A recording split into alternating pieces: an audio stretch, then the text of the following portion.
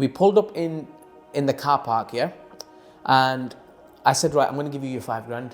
So I've gone out, opened the boot, ripped the bag apart, got a bundle of $5,000. I counted 1, 2, 3, 4, 5. I come inside driver's seat. I go, here you go, brother. That's your money. Thank you. I'm thinking we're all sweet. We're going to go. Now, he was a bit more switched on. He's looked at the money. He said, Ibby, this money's fake. I said, what? He said, this money's fake. So I said, no way. But my mind's doing 1,000 miles per hour. And I'm thinking, is it? Is it not? I go, let me go and have a look. As I've gone to the back to have a look, open the boot and check the rest of the money, bro, as I'm looking at that, cars pull up. Cars pull up, 2, 3 cars, police, firearms, get on the floor, get on the floor. I was just arrested in the moment. He was still sat in the passenger seat while I was supposedly looking if the money's fake or not. In that moment, as I'm processing it, they've come, grabbed me, put me on the floor. You're arrested, blah, blah, blah.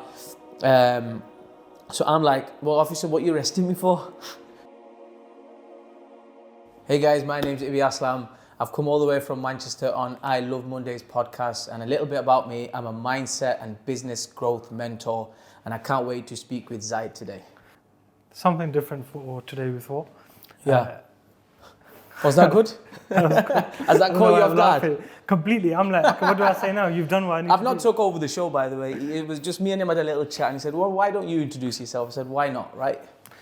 Definitely. Today's podcast I've been looking forward to since we booked it in. Yeah. Or since I surprised you in Manchester.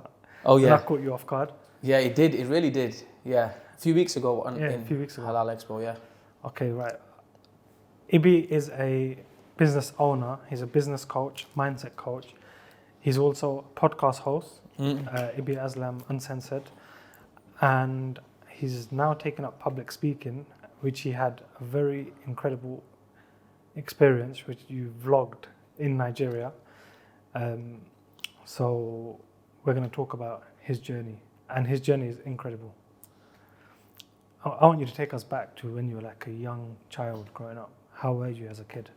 Yeah, bro, firstly, I just want to say thank you for inviting me. I really value this opportunity, and I'm pumped to be here. So you want me to take you back to childhood?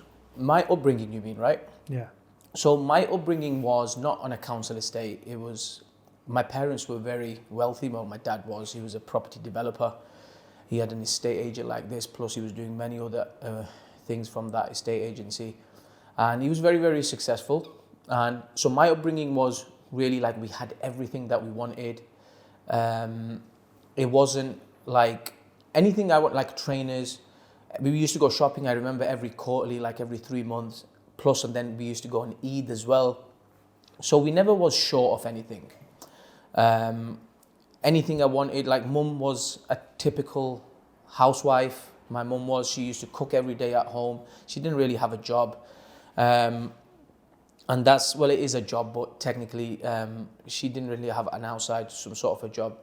My dad was very religious in terms of Islamically. He was very protective of us. So I remember when we was growing up, he didn't let us watch TV. We didn't even have a TV in our house, right? Phones, again, like I'm 35 years old, so we didn't really used to have phones when we was young. I think I got my first phone when I was 15, 16. So this was my kind of upbringing. School, come back, go mosque. You come back from mosque at 7 o'clock. Everyone eats at home, traditional family. And then after that, everyone goes sleep. If there's some homework to do or anything to read, anything to study, and go home. Same routine the next day. You know, when you said you had a strict Islamic upbringing. Yeah. How do you think that impacted you during your teenage years? I think during my teenage years, I was very rebellious. I didn't understand because a lot of kids that were my age, they were doing different things. Apart from the ones that were going at the same place where I was going. But from school, they were just doing different things, like they'll come back from school, they're hanging out, go for a bike ride and just play on the streets and stuff like that, where we was like regimented in a different way. And at the time I was a little bit confused. I was like, why is dad so strict, right? But looking back at it now, I think some of the things that he implemented then has done a lot of good for me now. Yeah. And I feel like it was the right thing for him to do. I also feel like, you know, from their knowledge and from their experience, they were just protecting us. Like, I mean, I'm just thinking now, I mean, if you look at the state of the world now, especially UK, from what everyone's talking about. It's like, if I had kids, I'd be a little bit scared. So back then in the school, it wasn't that wild, but even then he probably didn't like this, the certain cultures and, like Islamic, we're not allowed to drink. He didn't want his kids to drink, right? Because drinks only leads to demons and problems and this and that. So he was just being protective. In that time, I was a bit unsure, but now I really understand what he was doing, and I actually thank him for that.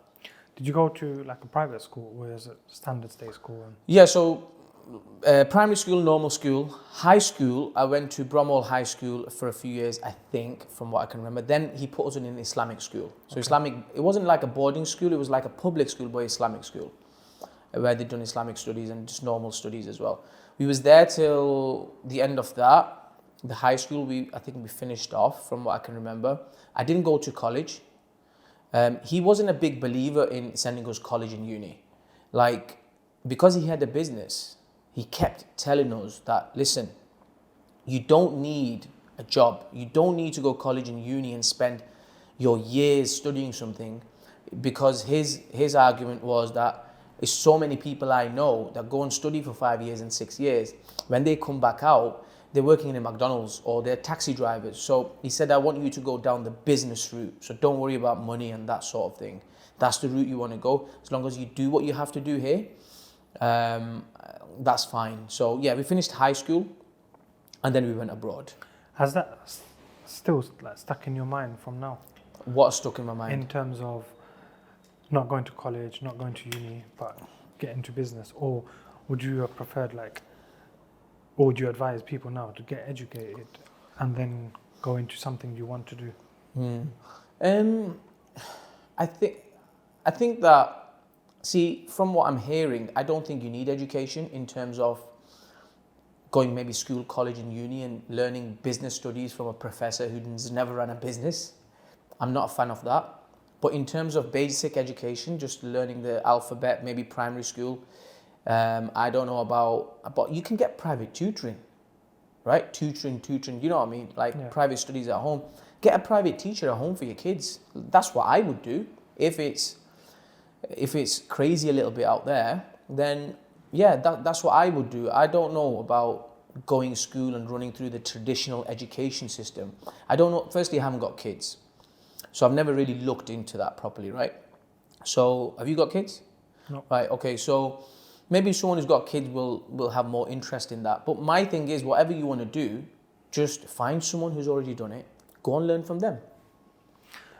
I think there's like quite a balance about whether a person should get educated, or in terms of educate, go into university and study what they want, compared to go get experience, because life experience will come from work. Yeah. When you come out of uni at 21 and you've not worked in an office environment, you've not worked in a retail environment, you don't know what that's going to bring you.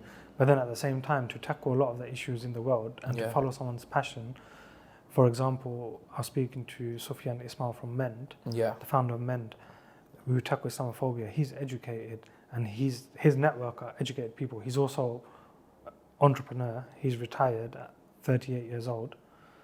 But because of his education, he's able to tackle this Islamophobia through legal routes. Yeah. Whereas a person who's not educated might not be able to do that. Yeah, well, so look, it depends, I think, on passions. Absolutely. Look, it's like, this is why 5 fingers are not the same. This is why we are not all the same, right? And that's what's so beautiful about us humans. Like, not everybody can be an entrepreneur, can they? Not everyone can be a business owner, but it depends on personal circumstances. Of course it does. But and look, for example, we need accountants, we need lawyers, we need doctors. So if it's like specific niches like dentists, of course they should go through the education system. But I'm talking about somebody who is just going to do a business degree. Yeah.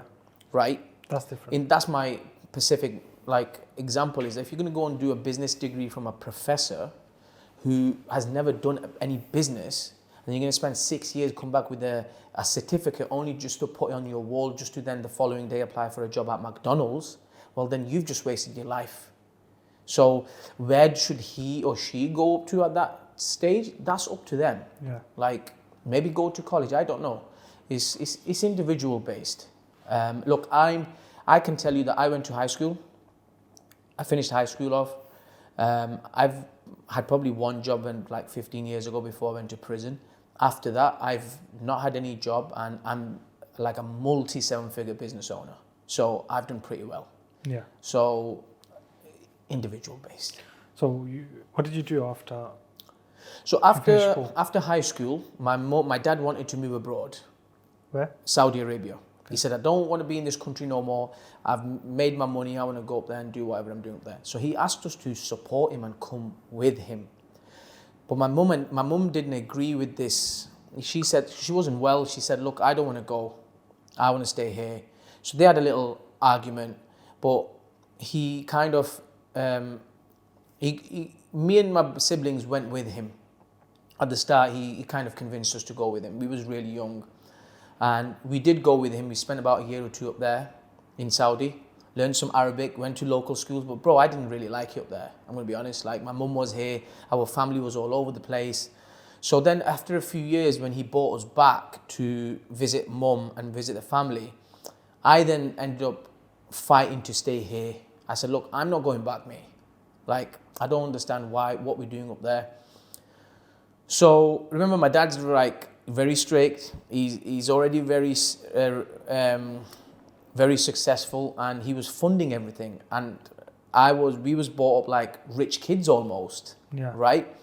So what he done was, at that age, is he pulled the financial plug. He said, okay, you're not going to listen to me. I'll tell you what. I'll tell you who runs the show here, and I'll tell you what life is really about. So he's kind of conditioned us in a way where we don't need anything, everything will be fine. And then at a certain age, just before 14, 15, around that age, everything was gone. We got moved out the house. We got put from like a 6-7 bedroom house to a terraced house, right? It's like, what's happened? Like, what did he do? As in, he sold the house, or? No, I think he just rented it to somebody else. He said, look, you need to move out this house and go into another house. So he put us all in a different house. He left. He wasn't happy with the whole situation because we wasn't supporting him, and just left us to do what we needed to do. And I think it was at that point, as the eldest, I was just lost, Zaid. Honestly, like, I didn't have a clue what was going on. Like, everyone in the area thinks we're rich kids. Yeah. All of a sudden, like, respect, and you start thinking your ego. You think, flipping hell, what am I going to do? Everyone thinks we've got money. We've got no money. Our boilers are not working. So we was then put into a council estate type of a situation where at 14, 15, from having everything to losing everything. So were you renting that house? Or? Yeah, he rented it. He was asking us to pay the bill as well. I think he supported us for the first 3 months rent, but then he was like, well, you need to figure it out. Hey, look, his motto was, you've not listened to me. You've not supported what your dad wants. So go and do what you want. How does that make you feel now?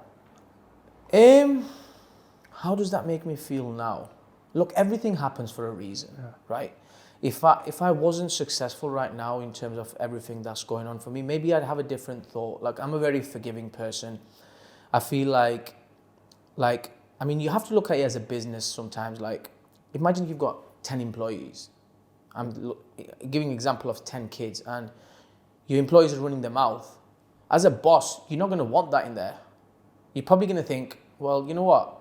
That employee's he's got a bad influence on the rest of them. Actually, I don't want him to work in this company. It's either my way or no way. So most of us CEOs, business owners, we are like that. Because very stubborn. We understand the vision that we want. We don't want anyone to come in and mess that up for everybody else. So maybe he applied that approach. Yeah. So it's understandable. Was it necessary? That's up for argument, right? But look, it shaped me for who I am. If I didn't maybe go through that, if I just was brought up as a rich kid, like, I don't know where I would be if I would have worked on personal development. Because I know a lot of people that are brought up like that, and mentally they're not in the right place because they haven't experienced the real life. So I've been on both sides. Yeah. But I fell into the wrong rut and ended up in prison. Was that because you were the elder sibling and you were like, what the hell do I do now? Yeah, bro. Basically, like, look, they've left us in a house now, in the wrong environment. I'm now looking for something to do, make money. As I'm going out, I'm looking at drug dealers on the road. I'm looking at People who driving fancy cars. Well, what are they doing? They're just on the streets. So, well, that's cool. That's what I want to do, right? So I started hanging around with them, selling weed, selling, sniff, coke, whatever. Everything in that dark world I was involved in. But with that comes violence. It's a dark world. If you're on the road, everyone's very hungry. Everyone wants to earn. It's a dog's world.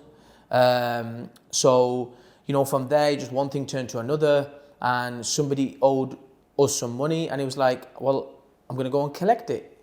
See, I'm the type of person that if I'm with you, I'm with you. Like, for some reason, this sort of loyalty type thing is, if me and you go down for a walk and something's happening, your problem, I'll think is my problem as well. Yeah. I've always been like that for some reason. I don't know where it's come from.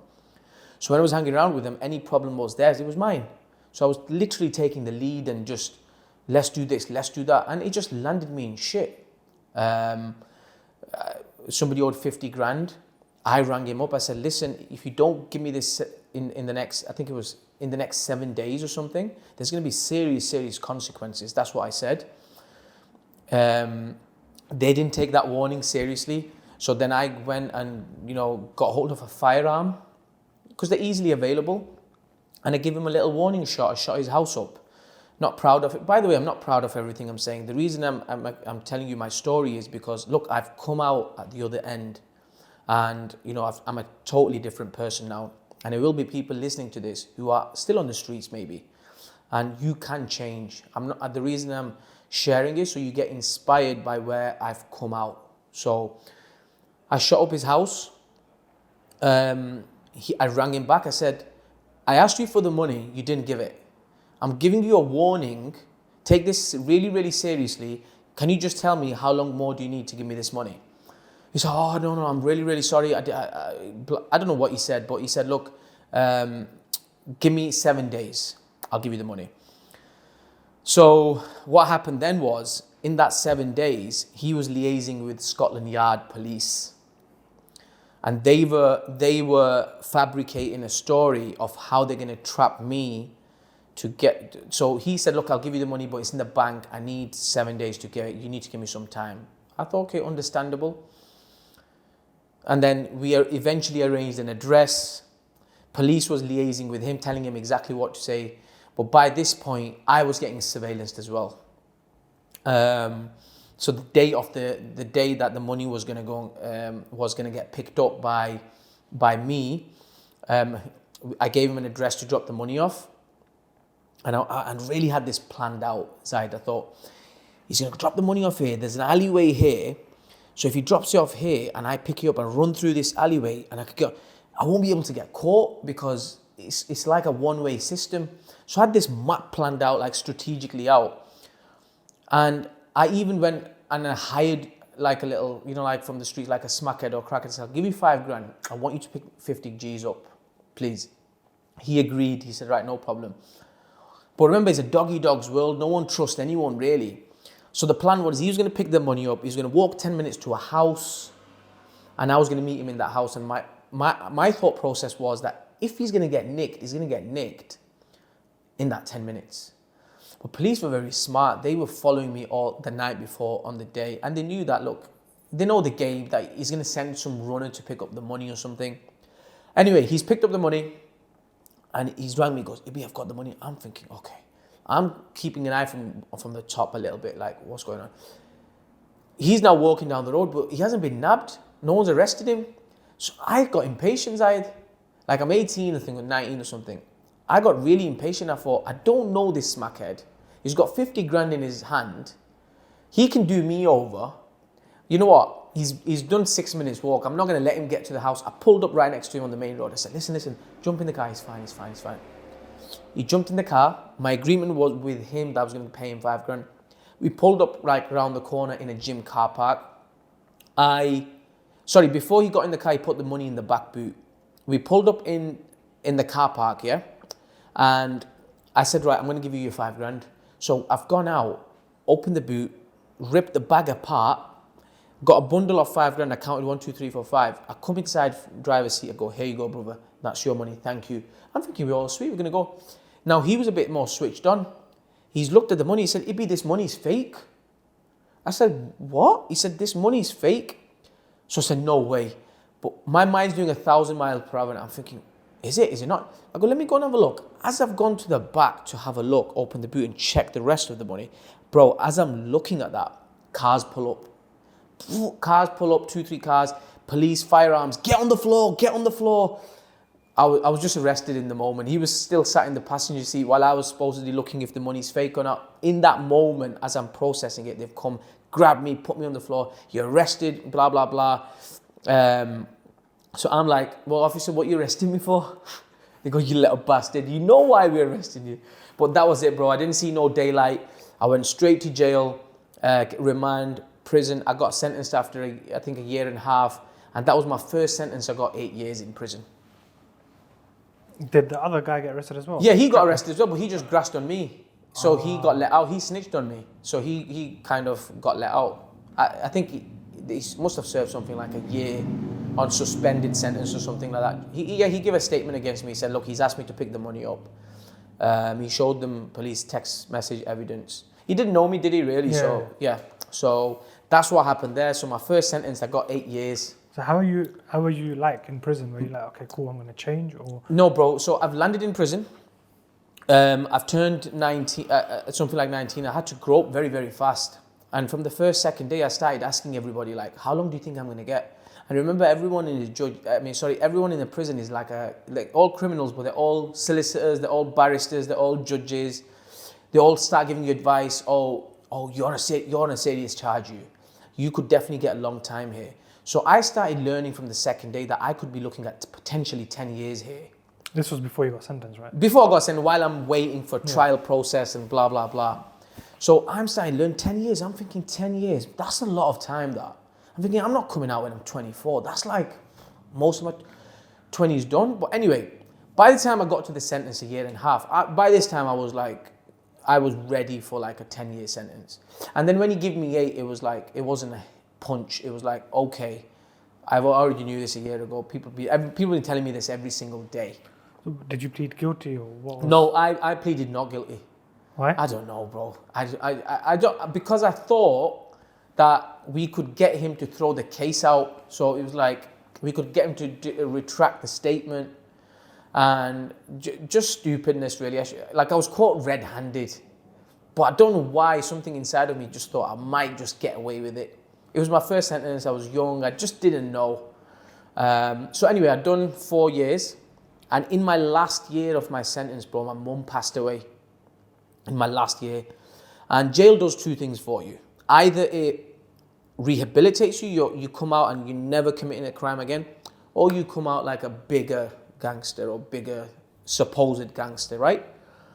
So mum passed away last year. That was gone. Did you get to go to a funeral? Yeah, they said to me that I could go to the funeral or I could go to the burial, because they didn't tell me where I could go because for security reasons. But they took me to the burial. They took me to the burial, from what I can remember. And then they took me to the burial. I was there for like half an hour. Were you handcuffed? I was handcuffed with with officers or whatever. And then from there, we went straight back. How did that make you feel when you were at the burial? Because Bro, obviously you went there for the last few stages of your mum's life. Yeah, you know, jail is crazy, right? Because you spend so much time with your own thoughts and your own self.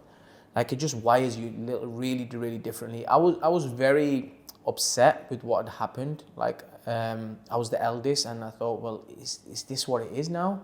I was really, really upset, but you can't run your emotions as you want inside prison. I mean, I had to bottle it. I had to get on with it. Tomorrow morning comes, like, I can't sit there in the cell crying about what's happened. This was this is the process I was going through, and I hadn't grieved really. But remember, it was like 1 year, something like that left where I was coming out then. Okay. So as I came out, it was just, I obviously grieved with my family a little bit. But bro, I mean, these things just make you realize that where did I mess up? Who messed up? Like, my family is just torn apart. Mum and dad broke up. We were had a good upbringing. Where did it fuck up at 13? And then, it just makes you reflect that life. I've ended up in prison. Like, I'm not a prolific offender. Like, my first sentence at 19, got 8 years. Like, mostly people, you do petty crime first, and it's like they have a history. I didn't have no history. I was really, like, deep down a good kid. And then I come out, and bro, when I did come out, because my mum passed, I was just a bit lost then. And it just turned me even more wild in the criminality world. What kind of stuff are you doing? Kidnapping, No way. firearms again. Yeah, because look, we've come out now. We've got more respect, supposedly, on the streets. People are fearing us even more now. These guys have come out, done 8 years. And obviously, looking back at it, I didn't know anything else to do. So I've come out and just turned even more wild. I didn't last 3 months. Literally, like, I got grassed up on. People started ringing the police saying, look, these guys are, going a bit crazy. Ibby's going crazy. And, the crew I was hanging out with. And I literally got arrested again for kidnapping, firearms, blackmail. And I got arrested this time. But remember, because how it works in the prison system is if you get 8 years, you do 4 years inside and 4 years on license. Okay. That still means that you're getting monitored. I completely disregarded that part. And when I got remanded the second time, the judge said to me, you haven't learned no lessons, you. You've been out literally less than 3 months. You're still on license from the previous sentence. So I was then on remand for this one for like 2 years. I pleaded guilty. Sorry, what were you in for this time? Kidnapping, blackmail, So the lot. the same stuff again, yeah. Same crime. So the judge is like, for these guys have not learned. These need some big sentences. So, but this time I was on remand for 2 years. Before trial. Before trial. Because some of the co-defendants were running trial. I pleaded guilty. I learned from my last one. I thought, if I plead guilty, I can get something knocked off. So I pleaded guilty. When it came to sentencing, the 2 years that I had done on remand did not get counted. Why? Because that as your previous. Yeah, because the judge said, you have not learned no lesson. I'm not discounting this time on remand. You're starting your sentence fresh from today. So I had to start again. I got 9.5 years this time. Flipping hell. Bro, then in that sentence, so combine the both, I've done like close to like 10 years, maybe a little bit more. So, but it was in that sentence where I thought, I was touching 27. I realized I'm going to come out when I'm 29. I thought, wow, all my 20s inside jail, apart from 3 months outside. Mum's gone. It's crazy. Like I've got little siblings who look up to me. Dad's up there abroad. They don't know what's going on. Like, it was just a really mentally challenging time for me to go through a healing process, learning process, and thought, you need to fix this shit up. You're not a gangster. You've come from a good upbringing. Like, I forgot to mention this, but when I used to go mosque, I've learned the Quran by heart. So I'm Hafiz. So you can understand my upbringing was really, really different. Yeah. I memorized the whole Quran. This was my dad's dream. I'd done it. So we was really good kids. We were not gangsters. So I'd done my sentence. Then towards the end of that sentence, my younger brother passed away. He was my youngest at 21. He died in a car accident. And I think it was these moments in, certain parts of towards the end of my second sentence where I started getting into fitness. I've never been a smoke weed type of a guy, or that it wasn't my thing. So I just focused on personal development, books, read, faith. Our faith helps massively. Yeah.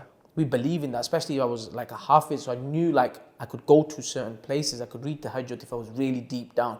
I could read my 5-time prayers, and that was bringing me peace and joy. So that's what I focused on. I thought I'm going to become the best version of me. And then when I come out, I'm going to figure out what I'm going to do when I come out. So that's what I did. When you were in prison both times, were you speaking to your family? Yeah. I was speaking to my brothers regularly, yeah. They were coming to visit me as well. And your dad? Dad, I wasn't speaking to him regularly, but I could get the messages through my brother. Okay. But yeah. Did he ever visit you when he was down? My dad never visited me. I just didn't send him a visit, even when he came to UK. I just didn't want to see my parents in there. When my mum was alive, she came once. I allowed her to come once or twice. Okay. But my brother was coming regularly. You said in your second sentence, that's when you started looking at more personal development. Yeah. And you've refound your faith. Yeah. Was it like a community inside prison that helped you, or was it just you being yourself thinking, I need to change? Or was it like a bit of both? Yeah, so for me, it was because I had a good upbringing. I understood faith and our Islamic religion. So, like, I understood it to a good standard. I knew that I had to pray. So I didn't miss a prayer since my mum passed away, by the way. And it was just in my second sentence, I just stepped that up a little bit and thought, right, I'm just going to make sure that I work on myself and become the best person I can be. And that was in the form of reading other books as well, reading the Quran, going to the gym, and just trying to get in the best shape possible. Every time I was feeling stressed or down, bro, I was doing press-ups and burpees. In jail, you can't do anything else, especially if you're in a cell. All you can do is, in the cell, you can do curls, you can do press-ups, sit-ups, and burpees in the cell. And then when I was going out to the gym, I could do some weights and that. So that's where, if you see on my stories, burpees every day. Yeah, every day. That's where it comes from. Burpees. And what happens is, when you get down and do them burpees, and for people it's different. Go for a walk for 10 minutes. Get on the treadmill, walk. You just feel different. You feel elevated. So I realized that every time I'm feeling down, instead of going to do some dope, like smoke or something, I'll just do some press-ups. I'll feel pumped again. So I was doing that, reading prayer, namaz, and I was just elevating myself. And I thought, wow, is this all it takes to really just to get to an elevated spot? Yeah. So when then I did come out and I seen all these mentors and people that do personal development and do in the mindset space especially, I don't understand why they have not figured this out. Like, your personal development starts from you. Yeah. So if you are the source of what you want to, so if you want to be someone, then only preach that to others. So, since I come out, and that's the biggest thing I teach, like even my business stuff and whatever, I say to people, look, if you want to 10x your business, you need to 10x your mind. They don't understand that the connection. People still don't get it, bro. Like, I get questions like, well, no, Ibby, well, if I'm going to go to the gym and do some standing curls or bicep curls, how is that going to make me the money? And I'm like, listen, dumb, that's not going to make you the money, but doing that, inflicting that stress on your body, getting into that disciplined mode to going to the gym and doing it, that process that you have to go through every single day is what's going to strengthen your mind and make you the money, because you're going to feel elevated. You're going to show up at your meetings at your best self. You're going to show up with different energy. You're going to have more clarity in your thinking. That's the part people still don't understand. I think people, when they get to a certain stage now, they do. But like, start off entrepreneurs, bro, do not understand this shit.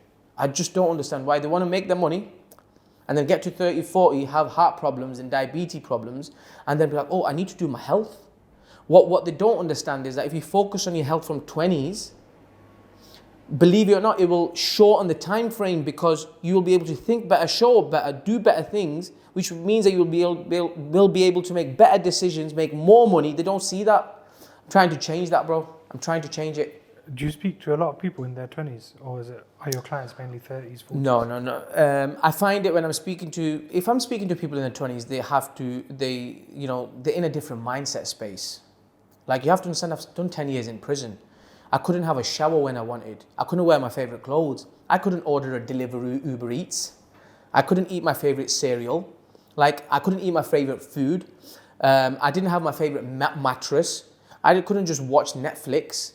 Like, a lot of things, basic things what people take for granted out here, are taken away from you. So when you're dealing with issues like that in prison, and the only entertainment you have is you and your brain, and you just do some weird stuff, when you come out into the real world and people are telling you about their problems, you laugh them off. You think, are you kidding me? This is a problem. So I think that's where my creativity and strategic thoughts come. Any problem I see now, that's not a problem. Let's figure this out. And we figure it out. Yeah. And that's what I bought that outside as well. But yeah, to your question about the people in their 20s, I find that because of the way they've been brought up and everything, their mindset is backwards. They have a fixed mindset, not a growth mindset. Okay, so before we touch on that, you mentioned your faith, and you never missed a prayer since your mum passed away in 2010. you came out of prison, went back into the gang world. Yeah. You were praying then. Yeah. Were you making dua at the same time? Yeah, I mean, after zikr and dua, after my prayer, I was, yeah. So what kind of duas were you making while you were in the gang world? Good question. I think I was just making, like, praying for my mom and praying for a good life, praying for, like, health, wealth, and just guide me on the right path. And obviously, I can't remember specifically what duas I was mentioning in that moment, but just the general stuff what I've learned over years. Keep me away from bad things, and bring me close to good things. These sort of duas. But I promise you, Zaid, me, I'm such a rebellious person. Like, I know if I didn't get that 9.5-year sentence the second time, I would have been doing life in prison. Like, I was literally going on crazy. Like, stupidly crazy. And God, we're all God's creatures, yeah? Like, he's, like, at the end of the day, he knows us all, right? So he probably knew that this guy needs a 9.5-year sentence. Because I'll save him from the life sentence, but he needs a 9.5-year sentence. To fix up. And, I genuinely believe that. Because I now come out and say to people, I needed that sentence, bro. So the second one is when you fixed up your mind and everything. Yeah. First day out. Yeah. What was your mindset? What were you doing? First day out, I remember I went straight home. I had a haircut, and I was just at home. I was just understanding. Look, I was in a very different mindset. Yeah. The only place I left home was to go to the gym.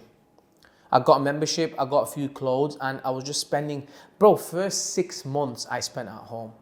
I was just studying and learning, and I understood, because look, I was selling weed and that from 17, 18, and you learn a lot about business there. Yeah. And even whilst in prison, I was trying to do a few things, and my dad brought up us in a business house, so I had experience, but I needed to do something along the business line. I didn't know what to do, and I hated my position. I just wanted to make some money. I hated my position so badly that I got in touch with a mentor. I started watching YouTube. I got in touch with a few different mentors. And this business coach I got in touch with, it was she said to me that I'll charge you £1,000 an hour to jump on a call. Okay. Right? And I said, no problem, I'll give you the £1,000, like, for an hour. I didn't know what the outcome was going to be. I was just unclear. I just needed some vision. Just jumped on the phone to her. The call was helpful, but not really. And I got off the phone and I thought, okay, the knowledge that she's given me a little bit about business, it's not really relevant right now because I don't have a business, but it's good information for maybe in a year or two's time. Then from there, because I had a good upbringing, a good family, a network of people, I literally went to one of my dad's friends and I said, I need £500,000. I said, I need £500,000. I'm going to open my first restaurant business, and I'll give you the £500,000 back in 2 years, and I'll give you 10%. He gave me the money, right? That I used that to open my restaurant business. That was my first business. Which restaurant? Manjaro's. The one here as well? No. Different one? Yeah, different one. But I've sold that now. I sold that literally like last year. Sold it for, multiple 7 figures because I had to get out of that game. But that was my first business. I learned so much in that business. So much in that business, dealing with, with restaurant business is a headache business, right? But you learn so much. Oh, what kind of things did you learn? Learn leadership, management, staff problems, marketing, finance, accounting. It's not like a small takeaway. You're talking like a 150-seater restaurant. You're talking like you're dealing with like over 40 staff members. All I had to really do is manage. But it's not easy. Part. That's the flipping hard. Staff in there are not looking to make a career out of this. They're like college kids and coming in and out, and waiters not turned up, waitresses not. What do you mean not turned up to work? You have to deal with all these.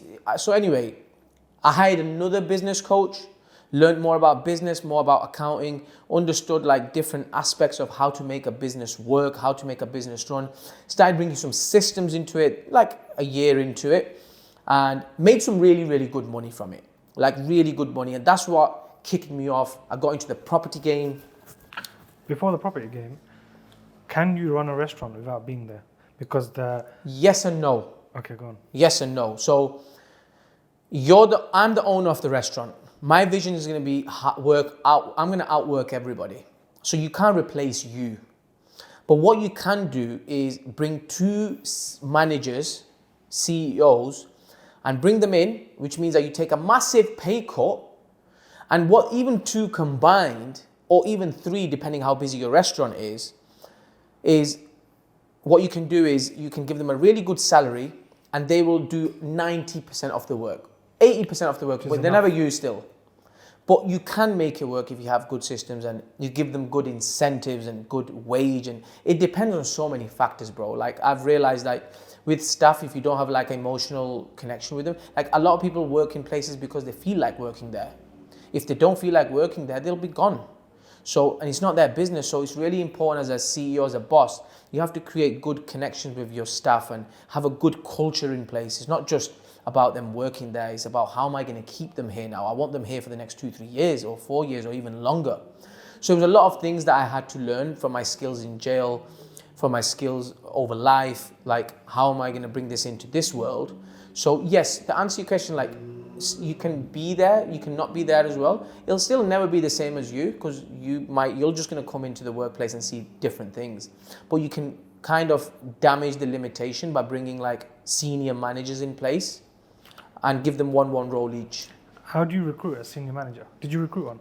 Yeah, so just Facebook, LinkedIn, Indeed. Yeah. Just went through an interview process, and for me, like my interview process is if I get on with you and if you've got common sense, let's work. I'll give you a chance, really. I don't like to see CVs and stuff like that. That's me. That's how I've done it. If I really connect with you, if you understand my vision as a CEO, as a boss, then you're in. I'll give you an opportunity. What was your vision? Is like honesty, customer feedback is really, really important. It's making sure in the restaurant, it was like customers are always happy. Customer service is key. Your awareness has to be super, you need to be aware of what's going on. Like I almost say that you have to be paranoid. That's what I say to them, that you have to be really aware, switched on. And that sort of thing. Then they have to have common sense. Like I'll put them in positions, can they sell? Like, do you know how to sell? Do you know what sales is? Like, how would you sell me this bottle of water if I say no? And then you do like role play with them. And also like with managers, they have to know that if they have to empty that bin, they have to empty that bin. So don't do anything what you wouldn't ask somebody else to do.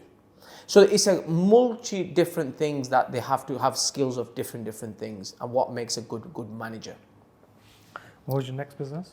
So then from there, I went into the property game. I started buying properties, selling properties, and I started getting into the property game. And then because I educated myself on the property stuff, I thought, wow, you know what? I can teach people how to do properties, because I seen a gap in the market. Then I went had a little play around with that. But then I realized that I really want to go into business and mindset coaching, because that's where my passion lies, really. Yes, property skills I have, but I can focus just on the business owners, not every Tom, Dick and Harry.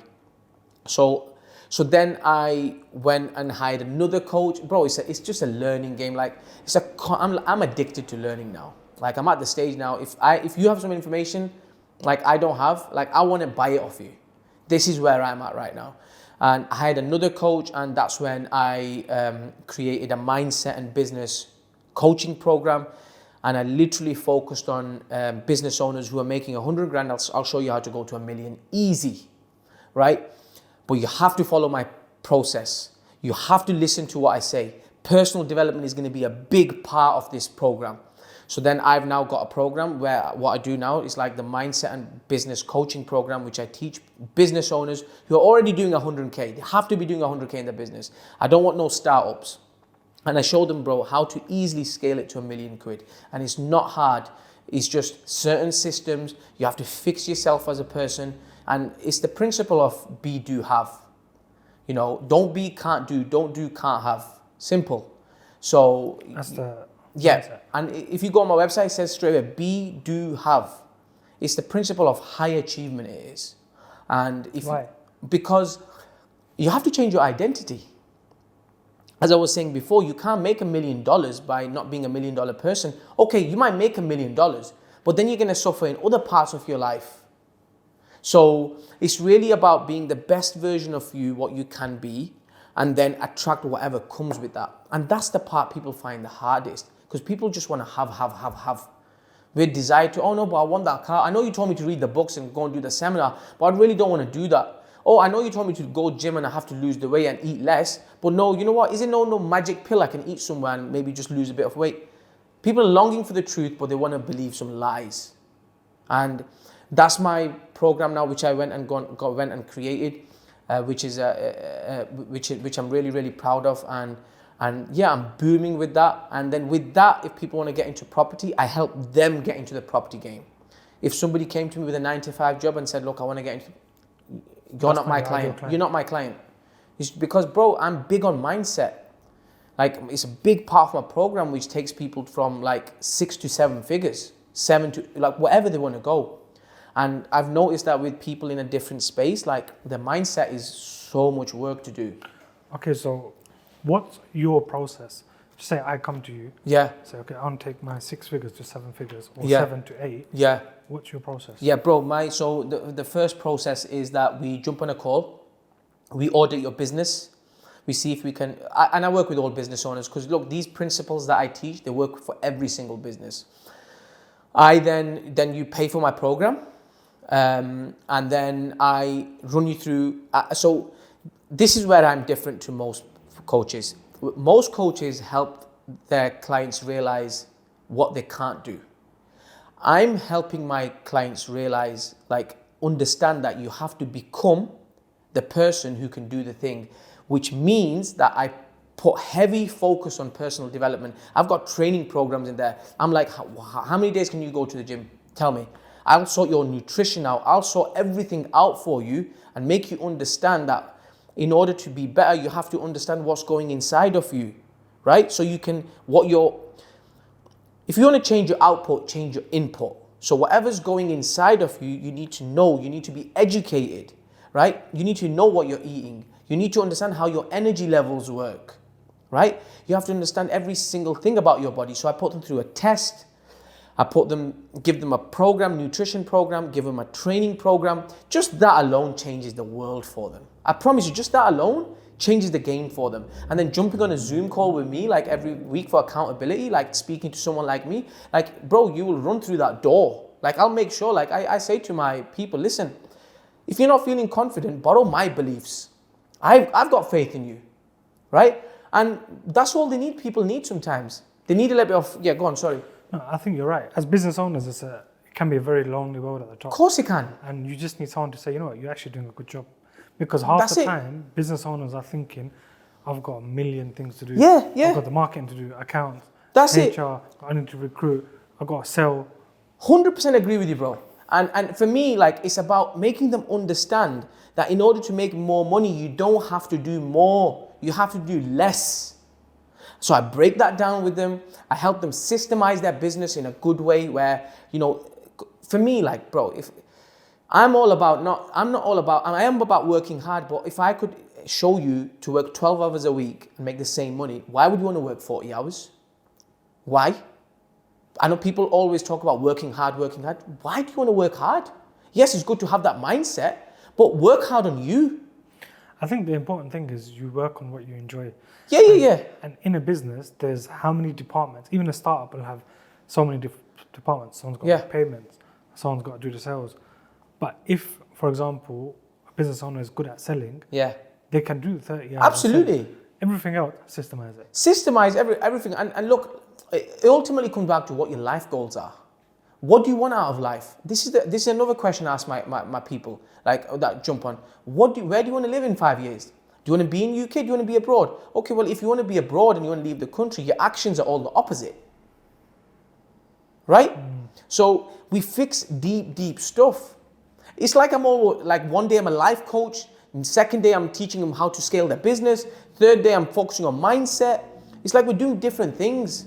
Like my brother, I've spent like 10 years in prison. I could be a life coach on its own. But it's like I've got these skills and I'm just utilizing them in a business environment and helping them scale their business, making them become a better person, and also helping them wherever they need help. Tell me about some of your success stories in the business coaching. Yeah. Well, my testimonials on my website, right? I've got super successful people on there. Like they're already these are multi six-figure owners, business owners, and I've helped them go to 7 figures and plus. They're all on my website. People can go and have a look at them. Literally like ibbyaslam.co.uk. And look, I'm super proud of them. Like working with me is not cheap. Like one of my lowest programs like that I have is 20K. And you can only imagine the sort of people I'm attracting. I'm not attracting people who think that the price is too expensive. I'm attracting people who really want to change. They've got to the point in their life where they're thinking, I'm stuck at 6 figures. I really don't know what to do. And I just show them 1-2 things how they can just scale that. Yeah. And that's who I'm attracting. That's who my clients are. I don't work with everybody. I want an easy life at the end of the day. My time is really, really valuable, especially as I've got older. And people say to me a lot of times, like, why do you charge so much money? And look, as I'm getting older, as my time is getting, I understand the value of time. I've spent 10 years in prison. I really want freedom. If I'm going to give my best to you, then you have to understand that what I'm worth, I'm charging you. I'm charging you what's normal. I even have a £150,000 program. How many people do you have on that? 2. And what do they get? 7 to 8? Yeah, so they have to be doing at least £1 million turnover. Or if they want to start off and they want me to show them everything from start to finish, like we can fix something up for them in the network marketing space, in the coaching space, and I can show them what to do in that space. So, but look, like this is something I figured out after reading books. I realized that if I've got a £20,000 program, I only need 50 sales and I've made £1 million. And then I understand my worth, what I bring to the table. Like even last year, I've spent like close to 100 grand with coaches, Zaid. Like I've spent this money myself. I've learned the game and I'm constantly learning, bro. It never ever stops. Why is it? So people will look at you and say, okay, you're multi 7 figures. Yeah. Why do you need to keep learning? Because learning never stops. Like if you're not learning, your knowledge is shrinking. You have to constantly be expanding your knowledge, especially like in the field I'm in. If I'm working, let's say you're my client, for example, I have to come up with new material. I'm not going to be able to blag you because you're already doing 6 figures, or I don't know what you do, or 7 figures. Like for me to have you on board, clients like good high-class clients, you can't bullshit them. So you have to constantly be bringing new material to the table, to constantly inventing new stuff. And for me, I have to be in bigger rooms, bigger programs, so I can learn the game, because not everyone can afford to pay 50, 60, 70 grand in coaching. I will learn the game and I will teach you guys. I spend like 3-4 hours a day studying, bro. This is every day, like 3-4 hours a day studying psychology, understanding marketing, this and what about this. I'm very strategic. Like this is my passion, as you can tell. Like I do this for free, but like I've got to the point, because it's my job as well. Like I'm just so lucky and so happy that I just do what I love now. I'm passionate about it. I would do this for free. And because I know my worth, I charge what I feel is worth. And I feel like 20K is really, really cheap. And people that understand mindset, understand growth, they will understand that. I think, to put it in a simple way, if they invest 20,000 in you and you get them from $500,000 to $1 million, look at the return on investment. Exactly, bro. Like, there's so many things I can teach them. Like, look, they will 10x their money, no problem. The game that they will learn. And for me, it's not even about teaching them that. I'm then helping them do the same as what I'm doing. Because now they've invested 20K. Well, you can do this for yourself. I'll show you how to do it. You go and create soldiers for yourself. Go and create mentees for yourself. You do exactly the same thing. I'm not one of them, like, oh, no, I've told you now. No, you go and do exactly what I'm doing. So do you help them set that up as well? Of course I do. I give them the game. They can go and do that. Then it's down to you as a person if you really want to do it. But I teach everybody everything. So what are the common problems you've seen from business owners, like when they come to you? Yeah, most common problems is that they're wearing all hats. Yeah. Okay, so the first part I explain to them is that you need to be working on the business, not in the business. okay? Which is very hard for some people because business owners are control freaks. They don't like, so I help them systemize certain things. I help them understand that while freedom is very important, you don't want to be working like, you don't want to be stressed, right? Let's get your life less stressful so you can still make the same money. Then it's another thing I notice in them is that, bro, people suffer from limiting beliefs, confidence issues. They don't feel they're worth it. They don't feel like they can do what I'm doing. And I'm here to then show them that what their maximum potential is. And I help them get through them barriers because we've all had different upbringings, right? Maybe if I wasn't brought up in a really rich household, I wouldn't be like this. Maybe that's programmed in me. That's why I see everything as big and expensive. Maybe if I was brought up differently, I would have a different limiting belief because we struggled at home. So I don't know, like accountability is a big thing. Life kicks in. People have family, people have kids. This is real life stuff. Or my tire broke down, it messed up my whole day. Or my mum's rang me. This is real life shit people are dealing with. You have to be incredibly focused to get to your next level. So when people, when business owners come on, they come with real life problems. And I sometimes go harsh on them, but that's my approach. It comes from a place of love. Like I want them to do well. I have to understand that they haven't done 10 years in prison and I've got a different mindset. But my hope is that they take some of my beliefs and, borrow some of mine and hopefully it carries them through. But overall, like my aim is to just get them to believe what they can what their maximum potential is. How do you get them to believe it though? Because it's not.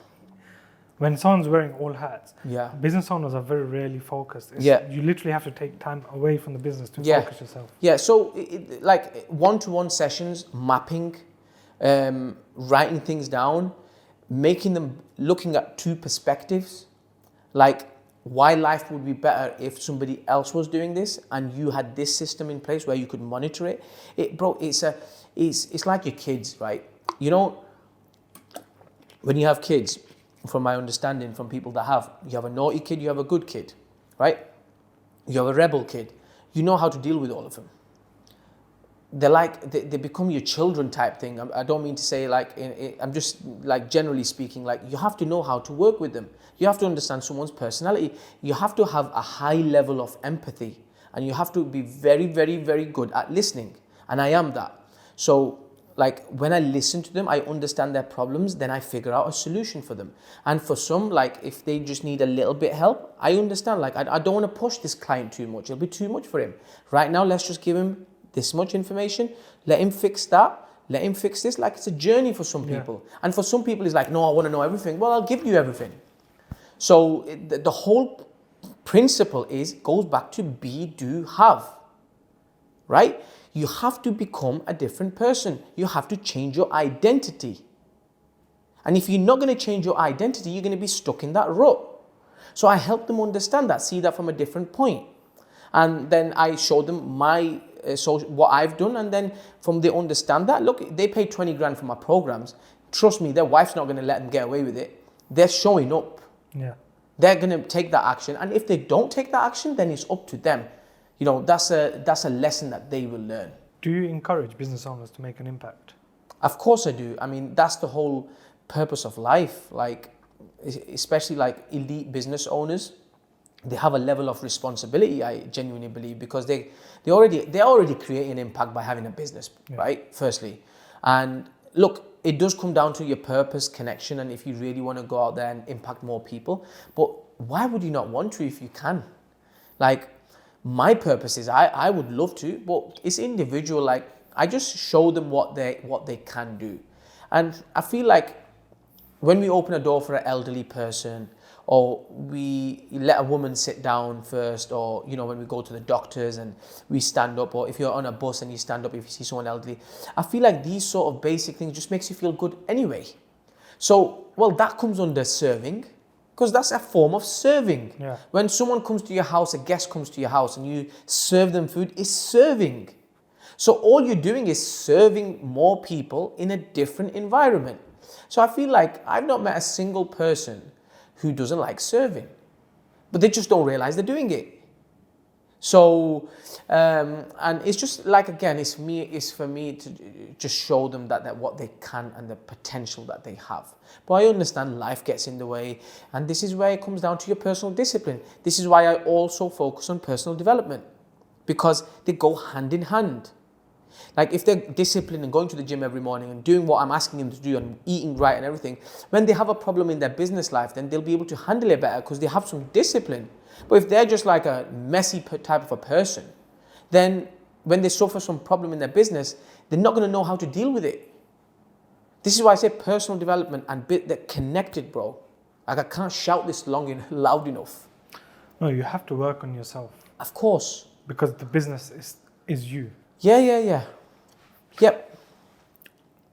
What kind of impact have you seen from business owners where you've changed their fixed mindset to a growth mindset? Because that's probably one of the toughest parts of your job, to change a person the way they think. Yeah, no, for me, as soon as I put them on a fitness program and a nutrition program and give them some books to read, bro, I already see it within the first 2 months. Like they're showing up in a better shape. They're telling me like, oh, I feel good, I feel this. Their wife's telling them at home, look, you've lost some weight. What's happened to you? People start talking, right? And mentally what happens is that the conversations people were having with you before, you start hearing new stuff. So naturally, organically, you're getting now programmed with different sort of information. And what that does is it starts having an impact on the way you want to change. If I came to you to say, Zaid, you're looking really, really well. He came in and said the same thing to you. You're going to start thinking, wait a minute, what's going on? Builds confidence. Builds confidence, and naturally, you're going to organically move into a better place. So, that's what I see in them. When I started reading books, I have non-negotiables for them. Like in my program, non-negotiables, you have to do this every day. They do it, they feel 10 times better. And these are just basic stuff, Zaid, what I've done and what's worked for me in prison. Bro, reading books, getting close to your faith, understanding what's important in life, like understanding how to prioritize your tasks, setting goals for yourself, really like get focused in, remove all the clutter from your life. Like you must do this, people must do this, but they're so lazy. Honestly, they're so like, it's like they don't want to do this sort of stuff. And, people that you can't change someone that doesn't want to change. They have to want to change. I didn't want to change for the first 10 years, like 7 years of my jail sentence. I wasn't ready to change. I know if somebody came to me at 25 and said to me, Ibby, do this, I'd be like, get out of my face. Like, don't tell me what to do. And look, understandable. But what happened when I reached 28, 29? I realized myself. Because I hit so many bumps. And I thought, and that's what people do. They do eventually realize. Yeah. It's how long it takes them. It's just how long it takes them. It's no point me coming to me and trying to change somebody. I don't do that. Come on, you can get through that finishing line. Come on, I'm with you. No, because all that'll do is it'll frustrate me and irritate them. Yeah. So when people are ready, they find me. You've now gone into public speaking, right? Yes. And you hired a coach. I did. 2 coaches. 2 coaches? Yes. Okay. I know one was Khalila. One was Khalila. I had to keep it in the house. I thought, well, you come on my podcast, I'm giving you my business. One was another guy. I hired 3 coaches. So it was a guy called Graham. It was a guy, it was Khalila. And I hired an acting coach. Why? Because, see, I'm a professional, right? And I understand to a point that when you go into public speaking, it's an event, it's a performance. You have to understand different things. And I thought, if I can go to an acting coach and learn some different tips, just little tips, I might learn something. And they did teach me a few things, right? And Khalila taught me a lot. That was brilliant sessions. Graham taught me a lot. See, I'm the sort of person, like, bro, if I want to do something, I do it at my best. So, like when I wanted to become the best chef, I hired a nutritionist, a PT, like a chef. Like I wanted to know everything. So I done the same with public speaking. Like I invested like a lot of money, but look, it's part of my personal brand. And the clients that I teach, I can teach them exactly what I've done. Yeah. So yeah, Khalila was brilliant. Graham was brilliant, and so there was a lady in Manchester. She was an acting coach. She was absolutely brilliant as well, and yeah. You've done your first speech, right? Yeah, I did my first public speaking in Nigeria. It's crazy, right? Because it's my first public speaking event, and I can literally today say I'm an international public speaker, right? Because I went to Nigeria. How many people was it in front of? Few thousand. That's good. Yeah. Okay, so talk me through that. So did you have the confidence because of the way you are, or were you still nervous? Like, look, I'm a business owner. I've held meetings all my life, right? But speaking on the stage can be a little bit different. So for me, like, I know what I'm talking about. Like, it's not that I'm coming on a stage and don't know what I'm talking about. I know what I'm talking about. So for me, it was just about keeping it very simple. I'm going to give them value. I know my shit. So whatever they're going to ask me or whatever I'm going to present to them, they're going to hopefully take something away. So I'd done a little speech at the start, and then I'd done a Q&A to help them. As just said, ask me, fire any questions away. And they were asking me questions about social media, about personal branding, about how can I take my business to the next level, or what is procrastination, and why do people suffer from anxiety, and these different things, like what comes under one bracket. And I was just helping them out as much as I could. But I really enjoyed it. It was a great experience. And yeah, more to come. But internationally and nationally, hopefully. I'm not like chasing it. It's not something that, but if, I am good at what I do. Like, if people see that, they will call me. If I bring some value to them, that's all good. That's what it's about. While you were in Nigeria, you hired a police escort. Yeah. What happened? Bro, so I wanted to go and experience the real Nigeria. So I wanted to go to a market where I could experience the slums, the deep down, like people from the rural area. So I said to the hotel staff, I said, can I go and I want to hire I said, I want to go to a supermarket. I don't want to go to like a Trafford Centre or Westfield shopping centre where it's KFC. I've seen enough of them. I want to go to a local market and mingle in. So, you sure you want to go there? I said, yeah, I do.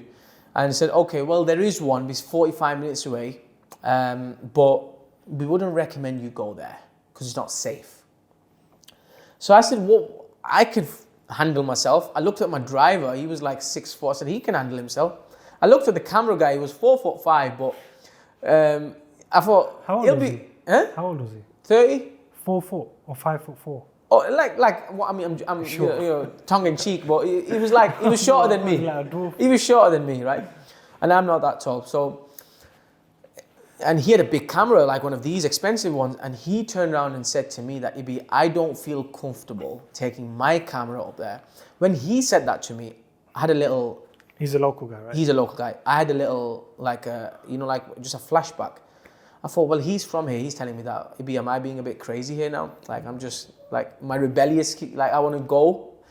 I said, okay, I need to be sensible. So I said, well, I really want to go. How can we go? So the people in behind the thing said that, well, why don't you hire police? Why don't you hire, like, a security team, like a police officer team? So I said, well, how much is that going to be? I said, $55 for half a day. I said, sign me up now. It's $55 for half a day, and they're going to show up with guns and hire him. So literally, my driver went to pick him up while I went to have a shower, come back down, and the security officer was it was not security, it's police. So you can hire actual police, right? He rolled up with a gun. I was on my stories, like I was just buzzing over the whole situation. I was laughing my head off. They open the door for you. I'm feeling like a celebrity at this point because I'm thinking, well, what's police? Like, I'm safe now. Anyway, we show up at this rural market, and that was honestly, it was a brilliant experience. Like, you have to understand, these people are very, very poor. Poverty is a very high level. Like, even like this smartphone is extremely valuable. We don't realize this because everyone's got smartphones. Like, I'm taking videos, pictures casually. They have like one of these that's shared between 10 families. Okay. So everything's very valuable, and I didn't realize this. I had LV glasses on, valuable. So as I showed up, the local mafia in the area, so-called the boys, showed up straight away to my driver. They knew we wasn't from the area. They said, listen, we want 20,000 and we'll show you everything. What's that in this? I think it's around, like below £500. Okay. Boy, it's a lot of money up there. I'm getting but they're not haggling me. They're haggling the driver. We want 20,000. Otherwise, like, there's going to be some. I don't know what he said. We want some money, even though I was with a police officer. So what did the police officers do at that point? They were just like, bro, they're scared as well. You have to understand, like, police don't really go there, right? And it's like it's like a rule. Look, they was a little bit skeptical, but there was a bit. They pulled the driver aside and they were speaking to him. It wasn't in front of the police officer because the police officer was with me. And the driver came to me and said to me that, look, they want 20,000. Like, I said, well, I'm not giving you no 20,000. I promise you, I'm not giving you 20,000. I don't care. Anyway, he managed to hustle him down to 7,000. And he said, look, just give him 7, which wasn't a lot, like around 100 quid. Yeah. And I thought, all right, whatever. I'll give him 100 quid. And they will literally stay with us throughout the whole whatever we want to see and bring us back. And I thought, for the sake of that, I'll give him 100 quid and whatever.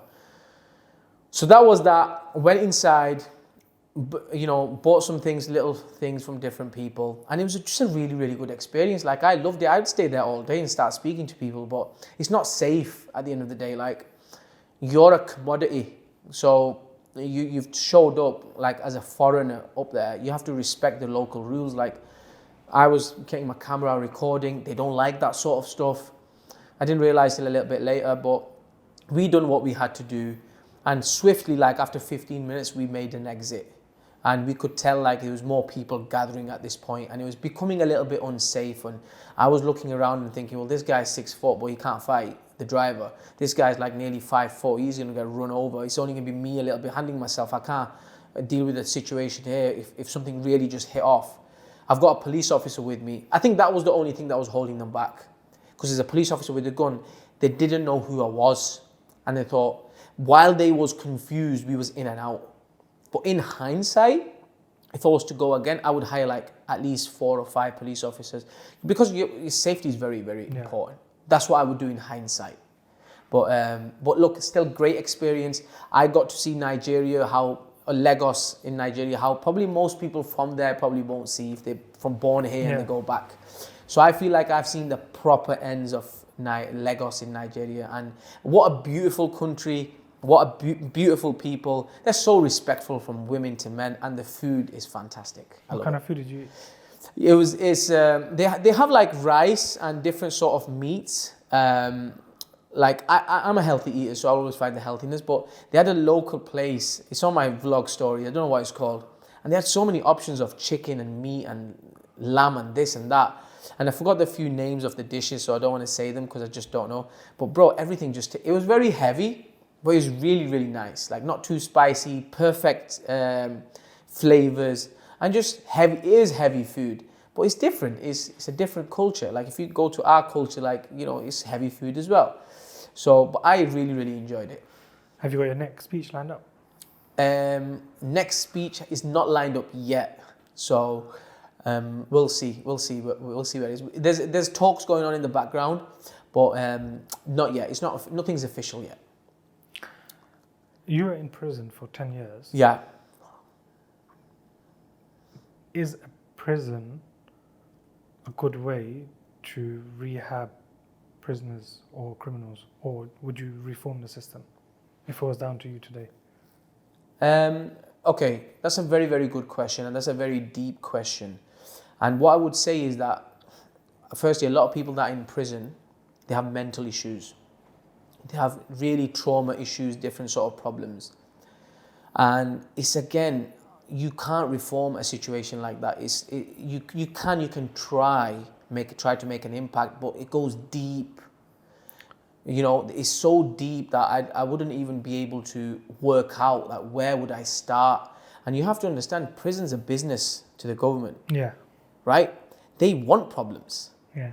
So in order for me to reform the whole prison system, I would have to sit down with the Prime Minister of UK or the jail Home Secretary and be like, these problems exist. If you want to really fix this stuff up, let's fix it properly.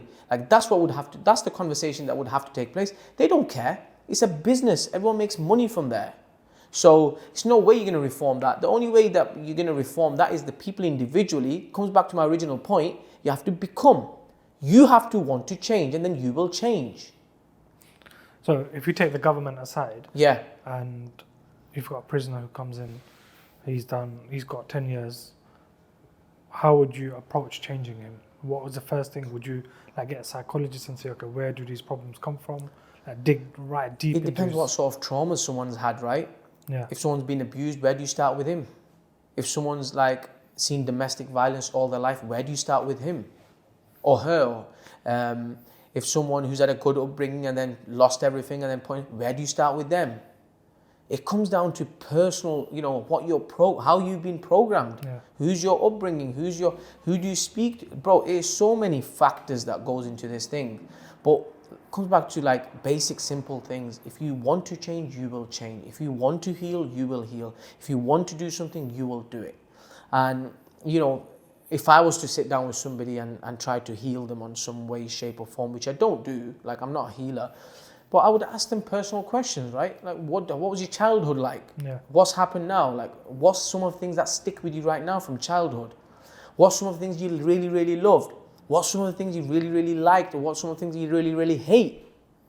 And then piece by piece, break things down slowly, and bring them to a place. It's like deconstructing your mind and then constructing it again. And that's what you have to do.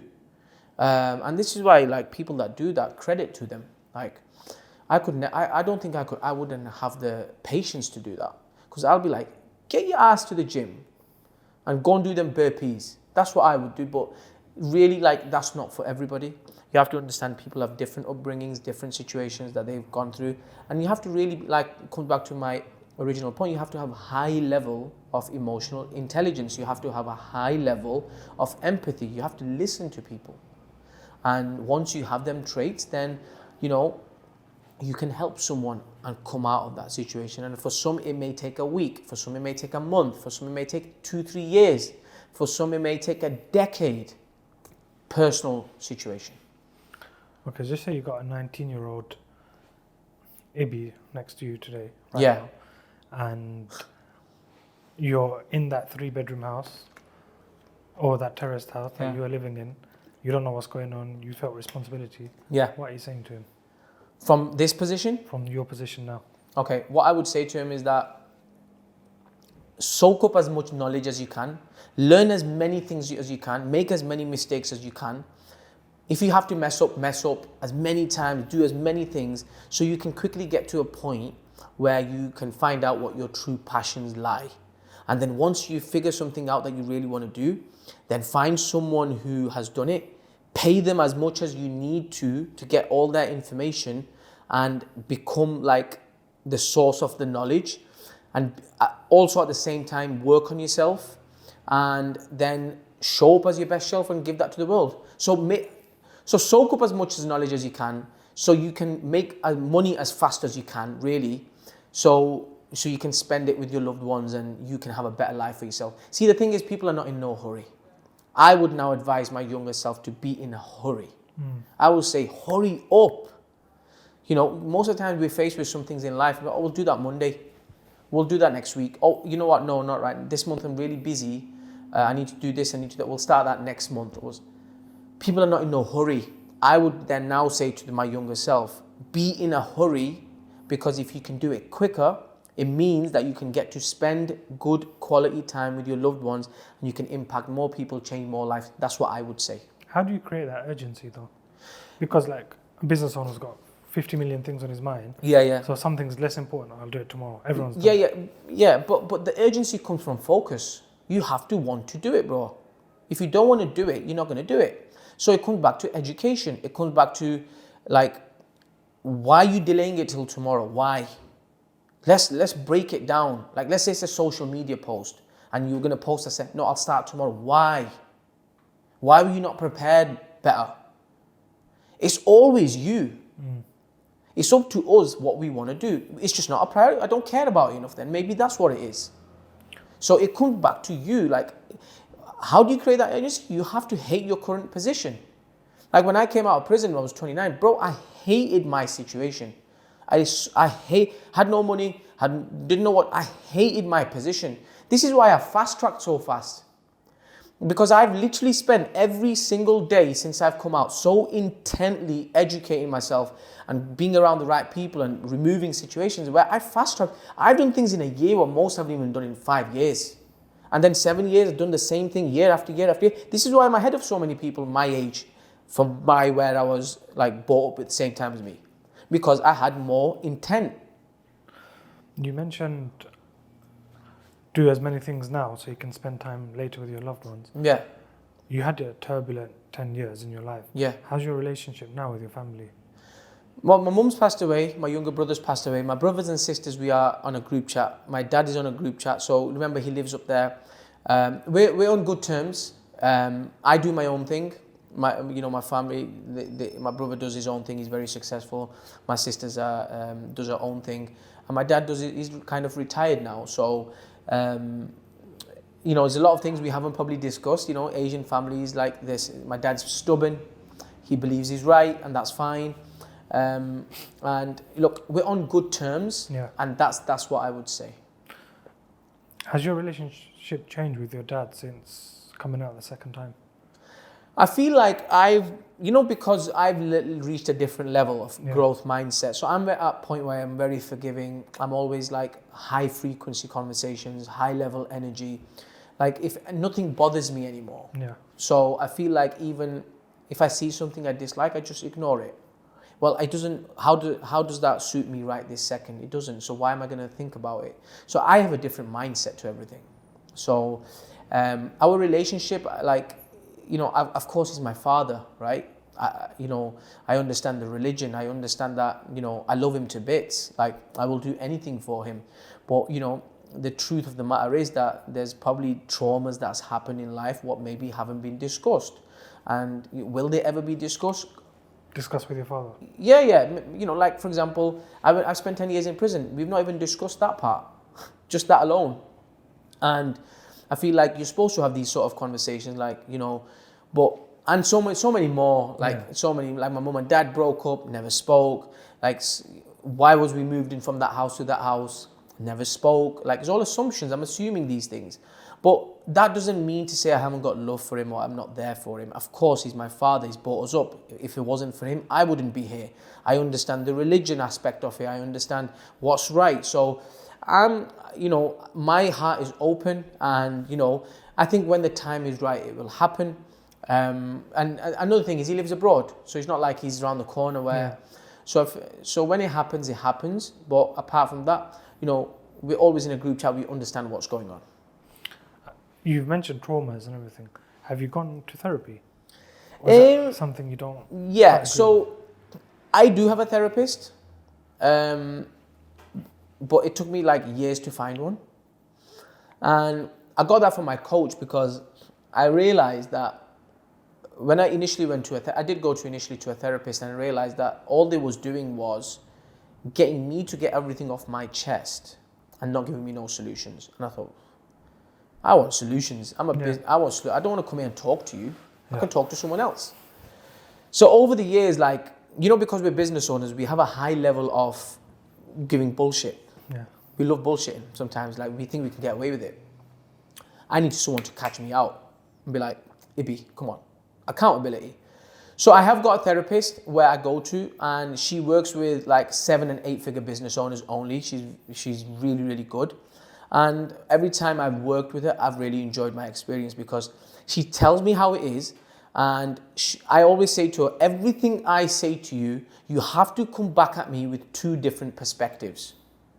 So if I've said to you that we want to go Tesco's, but we need to go down this road, you need to come and tell me why it's better to go down this road and this road. Why do I say that to her? Because what that does for me is it gives me 2 different angles to look at, which helps me make my decision better. So that's the sort of therapist I've got. She's not just a therapist, she's also a very good high-level negotiator. She also has a business, and she basically, every time I come with something, she gives me 2 different perspectives on it, which I love because that grows my mind more. It clears your mind as well. It clears my mind. So that's the sort of therapy I do. I don't come and speak about my problems. Like, I'm not that sort of a guy. Like, for me, it's no such thing as problems, but I'm looking for solutions. I have a very strong mindset. I have my faith. Our religion, bro, is everything. Yeah. I have faith, and that's all I need. If I didn't have anything else, that's all I would need. So that alone is strong enough. Yeah. And yeah, therapist is like she's good at giving me different angles. That's if you want to call that therapist, if you want to call that whatever, that's the sort of person she is. Okay. I have somebody I go to. Okay, you briefly mentioned Asian families. The general dynamic of the generation above us is, you mentioned they don't really speak, or they don't speak about certain issues. Which impact us, whereas I think the fathers of today, they speak a lot more with their children. They're a lot more open. How do you feel that's like impacted you? What, the elderly? Yeah, the lack of communication, the not speaking about trauma. Are you know about my dad, or are you know about your all the dad. elders? Your dad. It hasn't, bro, because what it is, I'm so focused on what I'm doing. I don't care about the past. I literally I'm waking up today, like I'm here in London, I'm come to see you. I'm not thinking about that. I've got a multi 7-figure business to run. I have coaching clients. I'm busy. Yeah. Like, I don't care what's happened. Like, if I was sat down, like bored, like on something, like maybe I would have to think about it. I'm so busy, bro. My life is so good right now. Like, I'm just occupied and doing good things. Like, I don't have time to think about that. Literally, honestly, that's the truth answer. As in, you don't think about the past? No, since we're talking about it, and you know, we're obviously going, it comes up. I'm thinking about it because we're talking about it in my day-to-day life. Like, I don't think about it. But do you have that kind of relationship where you can just call him and have a chat, or Yeah. is it more a bit? Yeah. I could literally voice note him or call him and speak to him. Of course I have, yeah. I've got that relationship with him. Of course I have, yeah. Okay. Yeah, that's good to know. know. Yeah. Oh, it's not like in bad terms. Yeah. No. Okay. What's next for Ibby? What's next for Ibby, bro? Like, for me, like, I'm not about setting 5 years or 10 years goals. It's just keep making progress every single day, keep working on myself, becoming a better person, keep impacting people, keep making sure that whoever's around me, that's the whole purpose of meeting people, right? Today, hopefully, we've met. I've made you a tiny bit better. You've made me a tiny bit better. That's the whole point of a conversation. That's the whole point of a parent's job, teacher's job. Keep doing that, and just keep showing up for people and keep taking action. Personal development is key, though. Who's your next podcast guest? My next podcast guest is a local business owner. He's big in NLP practitioner in Manchester, and he will be coming on Monday. He's coming on, but he's not my next episode that's getting released. Your next episode is? My next episode is a guy from Liverpool. He's big on property deal sourcing, and he's from Liverpool. He does that. But by the time this podcast comes out, that probably will already be out, right? So people will be confused. Just a quick fire round before we finish. Let's Favorite roll. food? Hey? Favorite food? Caribbean. What kind? What dish? I like a goat curry or jerk chicken. Favorite holiday destination? Ooh, somewhere in South America. Have you been? No. I've been Mexico, Okay. but I really want to explore that part. Maybe Costa Rica, Dominican Republic. I want to go there. Favorite book? Ooh, favorite book, bro. Okay, firstly, I would say the Quran. But apart from a general book, I would say that it depends on what level you're on. But I'll tell you a book that, if I can give your audience, which has had a big impact on me, was Outwitting the Devil by Napoleon Hill. Oh, no one said that one before. Yeah. Favorite TV show? You shouldn't be watching TV if you're not making at least 20 grand a year. You should be 20 saying grand a month. You should be saying your podcast on YouTube. Yeah. Okay.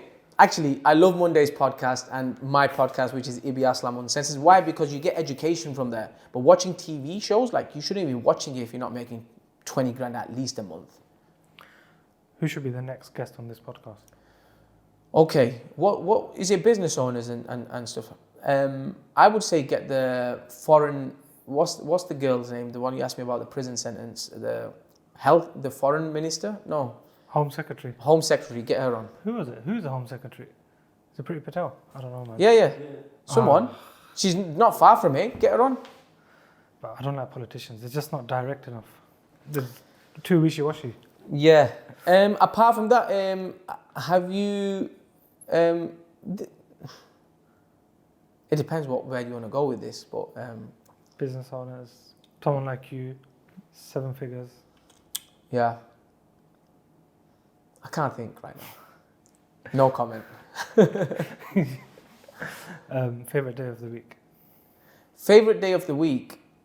I would say every day, but I'll just, if I have to pick a day, I'll say it's Sunday. Monday. Okay, Monday, yeah. Sorry. Why Sunday? I think it's a good day to just prepare everything. Okay, Ibby, thank you very much. It's been a pleasure. Likewise, bro. And where can people watch your podcast? Just YouTube, Ibby Aslam Uncensored. Just when you release this, just put all the websites in the description below. Perfect. Thank you very much.